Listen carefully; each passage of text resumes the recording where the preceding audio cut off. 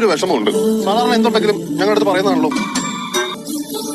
ഞാനങ്ങ് പടവലത്ത് പോകാൻ തീരുമാനിച്ചു. ഹലോ ഗൈസ്, അങ്ങനെ നമ്മുടെ പാറമട വീട്ടിൽ നിന്നും ഭവാനി അമ്മൂമ്മ എന്നേക്കുമായി വേർപിരിഞ്ഞു പോകുന്നു. അതെ ഗൈസ്, ഇന്നത്തെ പുതിയ പ്രൊമോയിൽ നമ്മുടെ ലച്ചു ഇല്ലാട്ടോ. ആ ഒരു കാര്യം നിങ്ങൾ ആദ്യമേ അറിയിക്കുകയാണ്.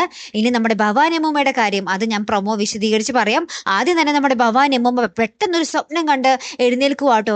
ഒരു വയസ്സനായിട്ടുള്ള ഒരാൾ പക്ഷിശാസ്ത്രം എന്നും വിളിച്ചു പറഞ്ഞ് വരുന്നതായിട്ട് നമ്മുടെ ഭവാനി അമ്മൂമ്മ ഇങ്ങനെ സ്വപ്നം കാണുകയാണ്. ശേഷം നമ്മുടെ ഭവാനി അമ്മൂമ്മ എഴുന്നേറ്റ് പുറത്തേക്ക് പോയി നോക്കുന്നുണ്ട്.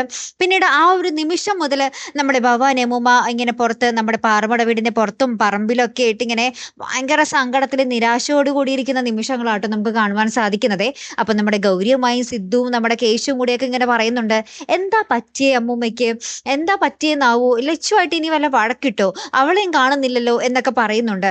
പിന്നീട് നമ്മുടെ ഭവാനി അമ്മൂമ്മ ആരോടും സംസാരിക്കുന്നില്ല, അകപ്പാടെ ശോകം മൂകം. ലാസ്റ്റ് നമ്മുടെ സിദ്ധു വന്ന് കാര്യം ചോദിക്കുന്നുണ്ട്, എന്താ അമ്മൂമ്മ, എന്താ പറ്റിയേ, അമ്മൂമ്മ സാധാരണ ഞങ്ങളോട് കാര്യങ്ങൾ തുറന്ന് പറയുന്നതാണല്ലോ, എന്താ പറ്റിയെന്ന് പറ എന്ന് പറയുക. ലാസ്റ്റ് നമ്മുടെ ഭവാനി അമ്മൂമ്മ വിതുമ്പിക്കൊണ്ട് ആ ഒരു കാര്യം പറയുകയാണ്, താൻ പടവലത്തേക്ക് തിരിച്ചു പോകുക മക്കളെ എന്ന്. അപ്പൊ ഇത് കേട്ടിട്ട് ആകപ്പാടെ എല്ലാവരും ഇങ്ങനെ ഭയങ്കരമായിട്ട് ഇങ്ങനെ എന്താ പറയാ സ്തംഭിച്ചു നിൽക്കുന്ന ഒരു നിമിഷങ്ങളാട്ടോ കൂട്ടുകാരൻ നമുക്ക് ഇന്നത്തെ ആ ഒരു പുതിയ പ്രൊമോയിൽ കാണുവാൻ സാധിച്ചത്.